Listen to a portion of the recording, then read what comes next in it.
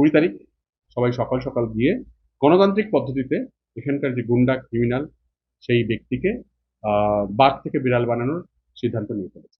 ব্যারাকপুরের মানুষ ঠিক করে নিয়েছেন বাঘকে তারা বিড়াল বানাবেন। টিটাগড়ে বিজেপি প্রার্থীকে কটাক্ষ রাজ চক্রবর্তীর। পঞ্চম দফায় লোকসভা নির্বাচন আয়োজিত হতে চলেছে ব্যারাকপুর লোকসভা কেন্দ্রে। শেষ দিনের প্রচারে ভোজপুরি চলচ্চিত্রের নায়ক কেশরীলাল যাদবকে নিয়ে ভোট প্রচারে বেরিয়ে ব্যারাকপুর বিধানসভার বিধায়ক রাজ চক্রবর্তী ব্যারাকপুর লোকসভা কেন্দ্রের বিজেপি প্রার্থী অর্জুন সিংকে কটাক্ষ করে বলেন, ব্যারাকপুরের মানুষ ঠিক করে নিয়েছেন গুন্ডারাজ তারা খতম করবেন, তারা বাঘকে বিড়াল বানাবেন। ভোট প্রচারে আমাদের জাস্ট একটা র্যালি শেষ হলো। আমরা কেশরী লালকে নিয়ে, ক্যান্ডিডেটকে নিয়ে, পাত্রভূমিকে নিয়ে আমরা টিটাগড়ে লাস্ট র্যালি ছিল আমাদের দিক থেকে।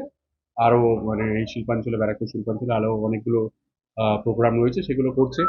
কিন্তু যেটা মানুষের আওয়াজ বুঝতে পারলাম, মানুষের রিয়াকশনে যেটুকু বুঝতে পারলাম, যে উত্তেজনা পার্থভূমিককে নিয়ে, যে উত্তেজনা তৃণমূলকে নিয়ে, যে উত্তেজনা মমতা বন্দ্যোপাধ্যায়কে নিয়ে, যে উত্তেজনা লক্ষ্মীর ভান্ডার নিয়ে, যে উত্তেজনা মামাটি মানুষ নিয়ে, এবং আমার মনে হয় শিল্পাঞ্চলের মানুষ ডিসাইড করে ফেলেছে অনেকটা জায়গায়, তোমরাও বুঝতে পারছো যে এবার কিন্তু গুন্ডারাজ খতম হচ্ছে। শান্তিপূর্ণ একটা ব্যারাকপুর গড়ার যে প্রতিশ্রুতি পার্থভূমি দিয়েছে তাতেই মানুষ হাত মিলাচ্ছে। এবং 20 তারিখ সবাই সকাল সকাল গিয়ে গণতান্ত্রিক পদ্ধতিতে এখানকার যে গুন্ডা ক্রিমিনাল সেই ব্যক্তিকে বাঘ থেকে বিড়াল বানানোর সিদ্ধান্ত নিয়ে ফেলেছে।